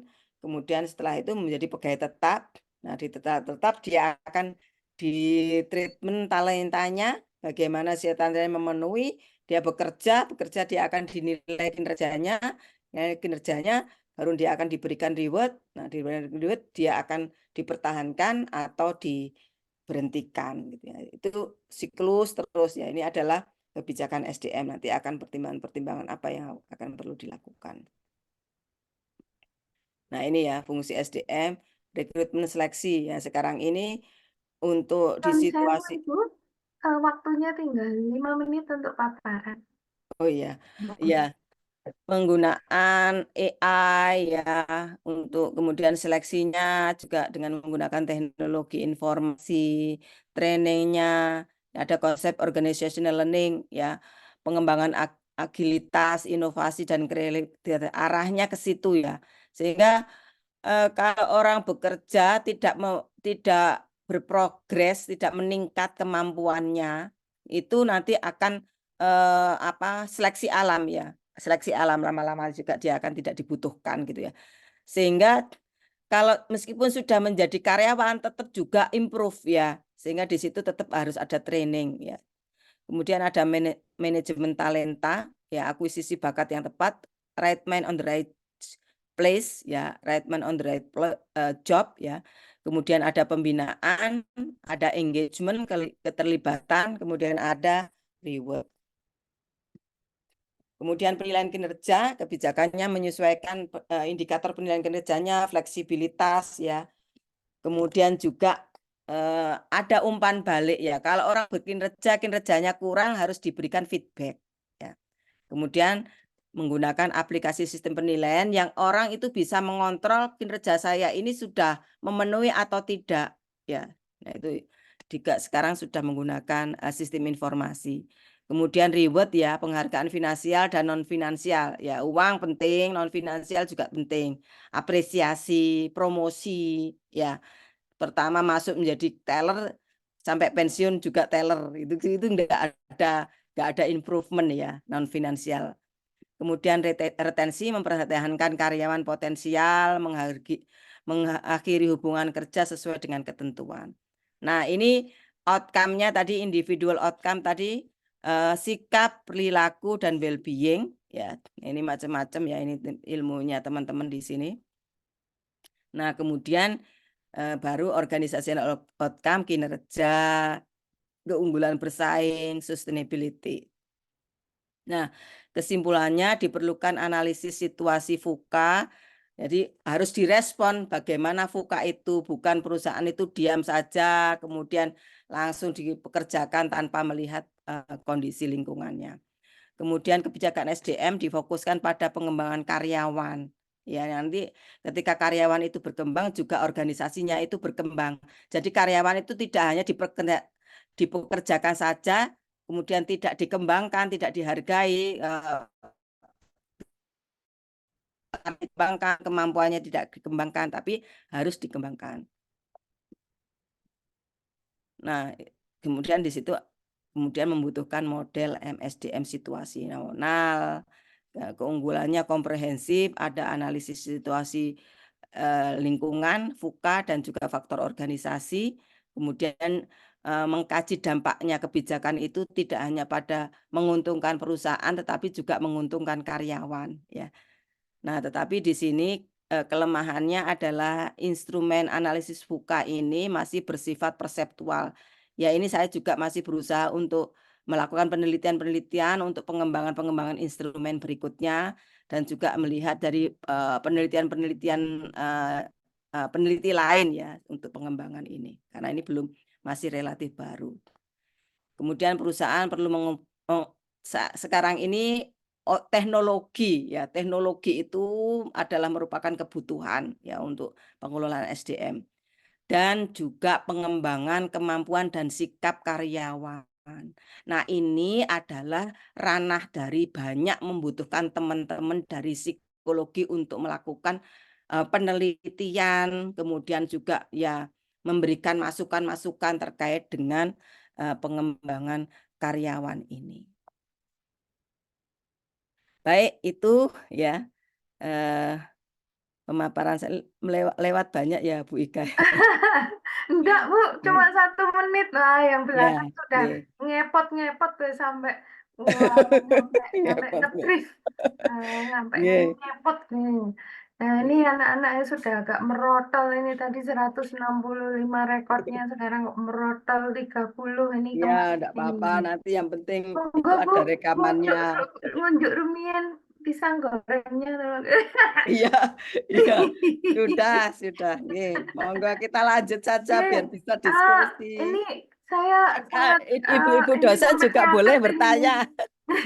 Sampai nyatet ini. Jadi kesimpulannya ternyata model situasional ini melibatkan berarti yang kita pelajari itu yang MSDM, terus ternyata hasilnya itu yang apa kayak attitude, kemudian perilaku, kemudian well-being itu kita pelajari di psikologi industri organisasi ya. Kita juga ada mahasiswa mungkin kalau misalkan apa nanti tertarik ikut teori dan perubahan organisasi yang mungkin nanti kita tambahkan itu yang namanya VUCA, kemudian cara untuk ininya di MBO. Menarik sekali Bu. Tadi dibilang juga mengenai Gen Z dan sekarang malah mungkin Gen MZ, milenial Z ini ya. Eh, Mungkin tadi ada beberapa hal ya. Nanti ini kan Gen Z dan MZ ini nanti akan jadi pelaku HR atau pelaku manajemen human resources. Ya. Nah, mereka ini kan generasi yang mungkin tadi sudah sangat apa disinggung oleh Ibu tuh. Saya nggak bilang mereka ini rentan secara well-being tidak ya, tapi sangat aware terhadap ke-well-being-an mereka, terutama psychological well-being maupun physical well-being. Artinya suka ya memang dari dulu kita kan suka banding-bandingin juga sih ya kamu ini, tapi kan sekarang kan mereka kasihan gitu di apa di Instagram di mana mereka bisa lihat, loh ini sudah gajinya sekian, ininya sekian. Dan itu mereka nggak salah kan kalau banding-bandingin dan merasa aku kok masih di sini kayak gitu ya. Jadi insecure kayak kayak gitu juga mungkin mereka lebih sekarang ini dikit-dikit tadi seperti Ibu bilang generasi perlu healing ya toh yang kenapa kok kafe merebak itu ya artinya perlu situasi yang menyenangkan yang ini yang mungkin apa adalah musik yang lofi-lofi kayak gitu-gitu. Nah, mungkin dari perspektif Ibu gitu ya untuk para generasi yang sekarang ini, bagaimana untuk jadi agile, bagaimana harus apa data driven gitu ya analisisnya, jangan cuman asal kesimpulan karena nanti ininya dan juga bagaimana eh, menghimpun portofolio untuk apa kan tadi sangat berharga ya. Jadi kayak misalnya kita tuh bikin OBE kayak misalkan think day sama apa belajar langsung kayak gitu memang kepengennya itu juga bisa jadi portofolio. Jadi kan kadang-kadang kalau fresh graduate itu nggak punya catatan apapun kayak gitu, mau ditaruh di LinkedIn juga kosong gitu kan. Di Instagram lupa kalau harus flexing yang positif, cuman hahaha kayak gitu kan. Apalagi di TikTok lebih banyak dancingnya daripada apa flexing yang positif gitu. Nah, mungkin ada ini bisa diberi untuk anak-anak kita ini terus penting untuk menghadapi VUCA bagi generasi Z. Jadi kesimpulan dari ini supaya mereka bisa jadi HR party apa practitioner yang juga mumpuni ngaten monggo. Iya. Nggih. Baik ya. Eh, sebenarnya kita generasi MZ, teman-teman yang peserta di sini ini sebenarnya sudah mulai mempromosikan dirinya, ya, sudah mulai meletakkan portofolio itu di dalam jejak digitalnya, ya. tapi masih belum terprogram ya, belum terencana dengan baik. Nah, memang perlu banyak pihak ya yang membantu teman-teman generasi MZ ini untuk menciptakan portofolio yang positif ya, yang nanti akan menjadi bekal mereka ketika mereka akan bekerja. Nah, seperti contohnya ya Bu, kurikulum OBE. Ini saya hanya mempraktekkan ya. Mungkin ada cara yang lain. Memang mahasiswa itu perlu dipaksa ya. Ada yang suka dengan sukarela, entah itu di LinkedIn membuat tulisan, diupload ya, atau di mana membuat TikTok yang YouTube tentang pengalamannya dia belajar, atau ada yang sudah sukses-sukses PKM, kemudian diunggah, kan wajib juga itu ya diunggah ya itu. Ada yang memang sudah memiliki potensi ya untuk meninggalkan rekam jejak yang nanti bisa berpengaruh terhadap karirnya ke depan ya, kalau dia nanti di tracking di dalam proses rekrutmen ya oleh organisasi, oleh perusahaan atau instansi begitu ya. Nah itu. Nah sehingga di sini memang perlu diciptakan iklim yang bisa mendorong, mengajak ya mahasiswa atau generasi tidak hanya mahasiswa ya, juga mungkin yang masih belum sempat kuliah, SMA juga membiasakan yaitu mengajak untuk bisa mereka itu membuat rekam jejak yang positif yang sederhana saja, tetapi yang nanti kira-kira terkait dengan rencana karirnya ke depan. Ya, jangan-jangan untuk menjadi apa belum ada gitu. Nah itu tapi juga sehingga kenapa kalau itu sudah dimulai dari awal ya, SMA itu nanti kamu mau bekerja mau kuliah di mana, nanti kamu menjadi apa, itu sebenarnya di SMA kan ada bimbingan guru BK ya Bu ya. Ya itu juga termasuk mengarahkan, mengajak. Nah memang ya orang tua juga mengingatkan ya, nanti kamu mau jadi apa, itu sejak dini itu dibiasakan ya, ini kan ya, semua bergerak lah ini. Di samping yang dari individunya itu juga memiliki keinginan untuk menikah. Nah kembali tadi saya contohkan, saya mengajar mata kuliah pengantar ilmu administrasi untuk mahasiswa semester 1 dan 2. Ya, semester saat ada yang prodi itu diletakkan di semester 1, ada yang semester 2. Itu kan ya lucu-lucunya mahasiswa gitu ya. Tetapi kemudian langsung diberikan project ya, project base ya, bukan case study ya, project base. Jadi dia disuruh mewawancarai perusahaan tentang pengelolaan administrasinya, diajari membuat daftar pertanyaan, diajari nanti mewawancarai.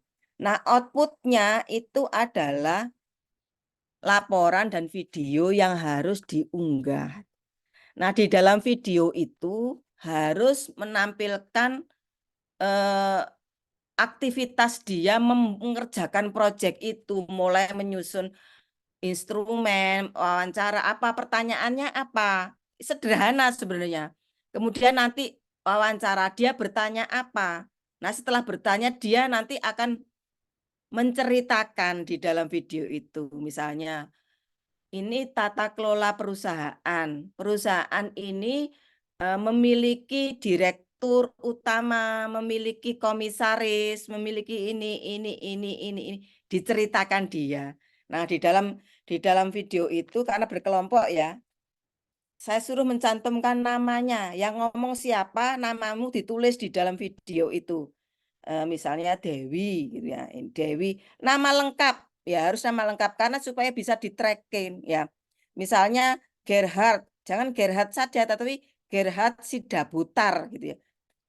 Sehingga di dalam deskripsi video itu kalau nanti diunggah di YouTube atau di Instagram dalam bentuk reel atau TikTok, buat deskripsinya itu nama seluruhnya Zakia Ismah Wafa. Ketikanya harus semua sehingga ketika di tracking itu akan saya mau ngerekrut karyawan ya. Seleksi berkas dulu dan seleksi biodata ya misalnya. Itu saya kemudian saya tracking juga sebelum wawancara saya tracking. Oh dia dulu pernah mengerjakan ini, dia pernah mewawancarai di perusahaan ini. Nah ini contoh sederhananya.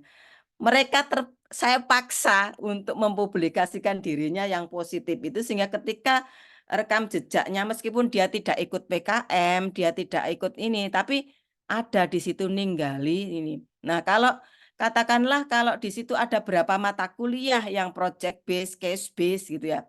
Kemudian dia unggah, katakanlah kita berapa Bu 50 atau 40 mata kuliah. Penuhlah itu dengan anak-anak kita ya, tracking kita gitu ya. Nah, itu di antara tapi tentu di situ mesti akan ada unsur positif. Oh, kamu dulu pernah belajar ini ya. Kamu tuh belajar ini. Misalnya psikologi apa mata kuliahnya ini. Nah, itu pernah mewawancara ini, pernah menangani orang yang bermasalah begini gitu ya. Nah, itu adalah merupakan salah satu contoh memaksa mereka karena mereka mesti ngupload karena kan nggak dapat nilai ya kalau nggak di-upload. Nah, itu adalah paksaan, tetapi kan yang lebih bagus itu adalah yang sustain ya, continue yang mereka rutin apa hal-hal nulis apa yang minimal kalau dia nulis ada 40 mata kuliah nulis 1 lembar 2 lembar kemudian dia opini atau apa itu kan bisa meningkatkan rekam jejak digital atau portofolio mereka di situ ya. Sehingga dia akan aware tentang masa depannya ya. Kemudian juga nanti akan memberikan dampak terhadap ini ya apa ya karir mereka, keberhasilan mereka pada masa yang akan datang. Itu Kak, in case mungkin pada saat iya, masih mahasiswa. juga Iya, Bu. mungkin nanti kayak kemarin misalkan eh, memang semua itu sekarang akan buka Instagram, Facebook maupun LinkedIn. Jadi ini kayak misalkan di apa seleksi beasiswa kayak gitu. Mereka Ya. pasti sudah langsung buka LinkedIn dan lain sebagainya Mm-mm. dan udah Mm-mm. ngelihat di Instagram orang kayak apa yang kayak ini ya. Jadi Mm-mm. mahasiswa-mahasiswa tersayang, jadi tahu ya kenapa kok kita ngasih tugas untuk bikin startup dan harus mengupload di video itu ya. Kita tuh pengen kalian sudah punya portofolio sebelum ini, bukan cuman eh, tugas-tugas gitu ya. Jadi kalian juga harus menampilkan diri mungkin ya. Nanti itu agile, adaptif, disuruh kemana aja, oke. Disuruh kan seneng tuh ada yang biasanya di TikTok itu ada itu Bu. Salah satu di Hana itu kan yang paling kita suka ada orang ya kalau diajak apapun, ayo siap, anu lah itu kan bagus gitu ya untuk itu. Jadi monggo mahasiswa, adik-adik ada yang mau ditanyakan loh, mumpung Ibu Hamidah ini sangat memahami apa yang akan terjadi nanti di MSDM. Ayo, monggo. Ada boleh ini, boleh raise hand, boleh ngechat di chat kita yang sepi ini, ya toh? Ayo, nanya sebagai ini generasi MZ Z yang aktif, agile dan adaptif menghadapi eh Mungkin sambil menunggu saya tambahkan lagi, Bu. Tadi monggo Ibu. teman-teman mahasiswa ini, karena psikologi itu kan bagian dalam rumpun ilmu sosial ya. Sosial, humaniora, ya. Eh, skill atau kecerdasan sosialnya itu ditingkatkan. Kecerdasan sosial itu tidak datang dari lahir, ya. Tetapi juga harus dipupuk, dikembangkan ketika sudah lahir. Datang sebelum lahir ya. Tapi juga ketika tidak hanya genetik tetapi harus diterapkan. Jadi orang yang supel, gampang bergaul, jangan orang yang mudah ngambek, bete, ya, terbuka, ya. Karena kita di psikologi, teman-teman ini harus apa ya, membuka diri, ya, mudah bergaul, tetapi tetap ada saringan ya, saringan tetap. Sehingga kecerdasan sosial itu penting sekali. Ketika ketika apa, meskipun meskipun daring gitu ya. Tapi ya nggak apa-apa, media apa saja digunakan, bisa digunakan, seperti disampaikan ditulis atau apa, reaksi-reaksi. Karena itu sangat penting ketika kita bekerja, ya, ketika nanti kita menangani orang. Ya, meskipun karena gini, karena dengan Gen Z dan Gen Z dan Gen MC lahir lahir Jadi kayak ya. gensetnya listrik. Ya, Gen Z. Ya, lahir pada situasi teknologi informasi yang masif ya. Sehingga banyak banyak di dalam ruangan, banyak kenal dengan orang lain tetapi tidak kenal dengan tetangga, dengan orang yang di dekatnya, Banyak gamers, yang Bu, populer gitu ya. main game. Ya, sebenarnya manfaatkan ya teknologi itu untuk bersosialisasi juga ya, sehingga tidak terpuruk dalam ruangan-ruangan yang tertutup, kamar-kamar yang tertutup, rumah-rumah yang tertutup, tetapi juga meluangkan sendiri. Nah, skill kecerdasan sosial yang sudah dimiliki dengan menggunakan media sosial, teknologi informasi tadi, tolong diaplikasikan juga di dalam dunia nyata. Ketika ketemu orang tersenyum, ketika ketemu orang menyapa di lift, monggo Bu, mari Bu, silakan. Itu tetap dikembangkan ya. Jangan merasa asing di lingkungan fisik, tetapi menjadi tidak asing ketika di sosial media. Sangat kenal, tapi ketika ketemu tuk-tukan ini enggak ketemu. Padahal nanti ketika bekerja di dalam perusahaan, meskipun menggunakan teknologi informasi, ada masanya juga sosial fisik itu dibutuhkan. Nah, ini yang kita perlu banyak mengkampanyekan ya Bu Ika ya. Oh, iya, iya, iya. Mengkampanyekan anak-anak ini supaya Ya. ya kalau saya di lift dengan mahasiswa banyak itu, meskipun saya kan mahasiswa banyak Bu ya, ratusan ribuan, kan nggak apal ya. Tapi namanya fisik sini datang ke kampus, pasti itu saya tebak mahasiswa. Meskipun kadang-kadang ya itu bukan ya. Tapi mesti mayoritas hampir 99% lah itu mahasiswa kalau kita lihat. Nah, model seperti ini mahasiswa, model seperti dosen, mesti kita sapa, ya, kita tanya. Nah, itu supaya mereka juga dengan temannya juga nyapa. Bahkan ada yang ya, saya tanya, "Kamu mahasiswa semester berapa ini?" Nggak kenal dengan temannya. Nah, itu kan satu kelas kadang-kadang nggak kenal. Maka saya selalu mengacak ya, kamu harus ini karena ya bagaimana mereka itu supaya nanti ketika bekerja di dunia yang sangat VUCA itu, kita juga punya kecerdasan sosial. Suatu saat kita bekerja dengan si anu, suatu saat kita bekerja dengan si yang lainnya gitu ya. Sehingga jangan hanya klik-klik tertentu ya, klik-klik tertentu saja, tapi kemudian kita suatu saat karena VUCA ini kita terlempar, kita membutuhkan orang lain gitu. Nah, itu ya, ya karena Ganti teman di tempat heeh, kerja kayak gitu, ketemu orang aneh-aneh kayak gitu ya. gitu. Jangan shock ketika ketemu Iya, orang aneh.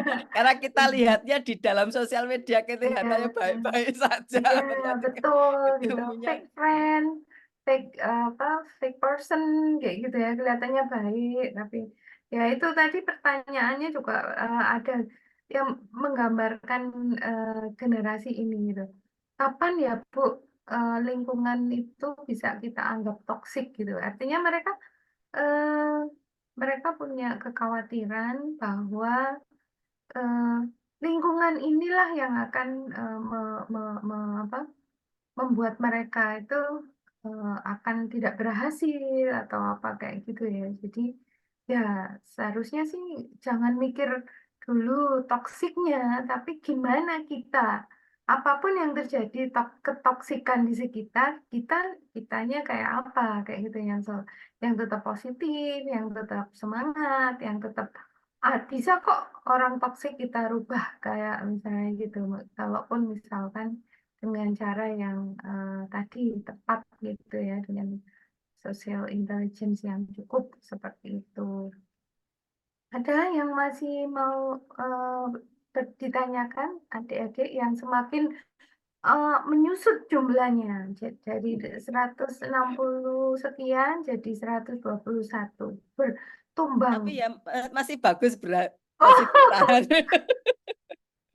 masih bagus ada yang Tapi ini karena mungkin karena kayaknya nggak sudah dipaksa itu Bu ya, mungkin iya. nggak harus membuat resume gitu. Nah itu Iya, baru nanti. ya memang harus membuat. Oh, ini enggak Bu, buat ini saya masukkan jadi soal UAS minggu depan. Oh iya. Ya, biar Ya mereka memang yang sekarang bagaimanapun kita itu agak kadang-kadang maksa gitu ya. kadang-kadang perlu otoriter. Ketika Itu, demokratis itu nggak mengangkat mereka untuk oh apa iya, iya, aktif iya. berpartisipasi ya otoriter. Dosen-dosen toksik. Baik, adik-adik itu ada absensi di apa di chat ya. Mohon diisi untuk ini kehadiran pada kuliah tamu ini. Nanti mungkin Bu Hamida juga kami minta izin untuk mengisi di Siado. Tapi nanti Bu Cici yang akan memandu kayak gitu. Iya. Kalau tidak ada yang ditanyakan, mungkin ada lagi yang mau ditambahkan, Bu Ya, Hamida, untuk sekitar 7 menit kayak gitu. ya. Menyambung tadi ya di dalam era digital teknologi ya. Kemudian kita juga digerus oleh VUCA ya. Memang kita benar-benar harus memiliki karakter ya secara psikologis itu kita harus memiliki karakter yang Kuat. tangguh, kuat ya. Terus tidak generasi Ini. yang termehek-mehek, harus tahan banting ya. Suatu saat kita terlempar, suatu saat kita menjadi posisi di atas, suatu saat kita menjadi tidak berguna. Nah, itu ketika kita memiliki ketangguhan ya, siap ya, sehingga kita mudah untuk bangkit ya. Dan itu kenapa saya tambahkan lagi kenapa kita itu perlu strategi ya, perlu banyak membuka telinga, membuka mata ya. Kemudian juga kita seperti tadi lingkungan ya, toksik ya. Kita lingkungan toksik yang menilai toksik itu siapa? Ya, tentu kita sendiri ya, atau mungkin ya orang lain juga. Tetapi kita juga harus bisa memberikan penilaian. Artinya di situ di dalam ketika nanti kita bekerja itu kita kan harus bahkan mungkin yang kita nilai toksik kadang-kadang suatu saat itu eh, bermanfaat untuk kita, memberikan pengaruh positif pada kita gitu ya. Jadi ini jangan menghindari orang yang kemudian kita anggap sebagai toksik kemudian kita menghindari sama sekali karena secara ini kan di dalam masing-masing orang itu pasti ada plus minusnya. Ya, suatu Ya, saat kita membutuhkan dia. Nah, di dalam bekerja yang di dalam situasi VUCA ini sangat ini ya volatile ya, sangat uncertainty ya, sehingga kadang-kadang orang itu di atas, kadang-kadang orang itu juga di bawah. Nah, ketika kita di bawah ya, di bawah kadang-kadang dia juga di atas. Kita tidak berteman dengan kita tidak menganggap orang yang di bawah tadi suatu saat dia akan naik ke atas, kita tidak tahu. Karena VUCA-nya tadi itu. Sehingga tetap networking itu ya istilahnya kalau itu silaturahmi ya, networking ya, koneksi ya itu tetap kita eh, maintain ya. Kita rawat ya, bukan berarti kemudian kita kalau itu kita tahu paham mungkin toksik kemudian kita tetap berdekatan ya, ya tarik ulur. Karena di dalam situasi VUCA itu flexibility. Karena di dalam teori kan Betul. ada mekanistik, ada organik ya. Mekanistik itu seperti mesin ya. Mesin itu yang sudah di set up ya itu nggak diubah-ubah. Nah, sekarang itu sudah enggak kita tinggalkan, itu teori klasik itu ya. Teorinya Adam Smith, teorinya Max Weber, teorinya apa Henry Fayol ya. Itu teorinya Taylor. Sekarang sudah ke arah flexibility, organik. Ya. Apa lingkungan itu tumbuh dan berkembang ya. Berkembang itu kan ada life cycle-nya. Ya, suatu saat tumbuh, suatu saat juga bisa down ya, bisa turun ya. Nah, di dalam itu kan sehingga ketika kita hanya menggantungkan pada yang kelihatannya tinggi, dari suatu saat dia juga akan mungkin bisa lebih tinggi lagi, tapi ya mungkin juga dia bisa Iya. decline ya. Siapa yang kira dulu apa Body shop. body shop Nokia ya. Betul, Sekarang kan betul, sudah betul, almarhum, nggak betul. ada itu Nokia. Sony. Ya, mungkin berganti ya. Iya. Eh, beberapa apa eh, misalnya namanya Giant. Giant itu Iya, kan raksasa. Sekarang enggak ya sudah kayak beberapa gerainya kan dinosaurus. tutup ya. Iya. Ya, ya itulah ya.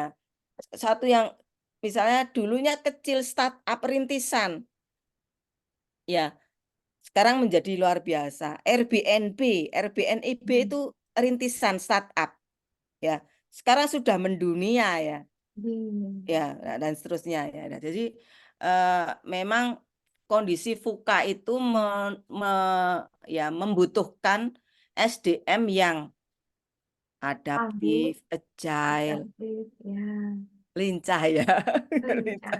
Lincah bukan berarti yang negatif, tetapi lincah yang bisa menyesuaikan Betul. gitu ya. Baik. Matur nuwun sangat, itu Oke. kesimpulan yang sangat apa kami perlukan ini untuk eh, pembelajaran baik yang hadir hari ini maupun mungkin nanti pengembangan materi kami juga kayak gitu ya Bu. Jadi matur nuwun atas kesediaan Prof. Hamidah untuk memberikan sharing ilmunya. Semoga bermanfaat untuk adik-adik mahasiswa dan kami untuk meningkatkan pembelajaran. Terima kasih untuk teman-teman mahasiswa yang juga sudah masih hadir meskipun sudah ini angkanya sudah turun. Pokoknya absensi absensi keluar sudah langsung menurun ininya. Matur nuwun sangat untuk dosen-dosen juga yang masih hadir di sini. Semoga kita bisa makin kerjasama ya Bu sama Bu Hamidah ini Ya, kita nantilah kita ya. bekerja sama penelitian ya. Iya, oh judul-judulnya itu kita banget gitu ya. Ya. Wah, kok nggak Ya punten, sama-sama. yang paling sulit itu Prof. Hamida, waktunya janjian tuh sulit Iya, sekali. iya, iya. Anu aja, zoom-zooman aja, nggak apa-apa, Bu. Nggih, Oh, siap Zoom. Bu. Saya juga sangat membutuhkan teman-teman dari psikologi ya. Anu. Nggih, Bu. Nanti kita agendakan anu nggih apa meeting bareng gitu nggih, mungkin Gini, diskusi-diskusi. saya kan di S3 mengajar psikologi industri dan organisasi. Memang nomenklatur mata kuliahnya itu. Ya. mm. Nanti suatu saat saya gandeng lah teman-teman itu ikut ngisi ya. Nggih, monggo. Oke, matur nuwun sangat-sangat kami sangat apa tertarik untuk itu. Eh, dengan demikian, mungkin kami akhiri kuliah tamu ini. Semoga bermanfaat untuk kita semua. Amin ya Assalamualaikum rabbal alamin. warahmatullahi wabarakatuh. Waalaikumsalam Waalaikumsalam. wabarakatuh. Terima Terima kasih kasih banyak adik Bu Hamida. semuanya. Nggih. Sampai ketemu lagi. Selamat Nggih, istirahat. Terima kasih nggih. teman-teman. Izin live nggih. Izin Monggo Ibu. live.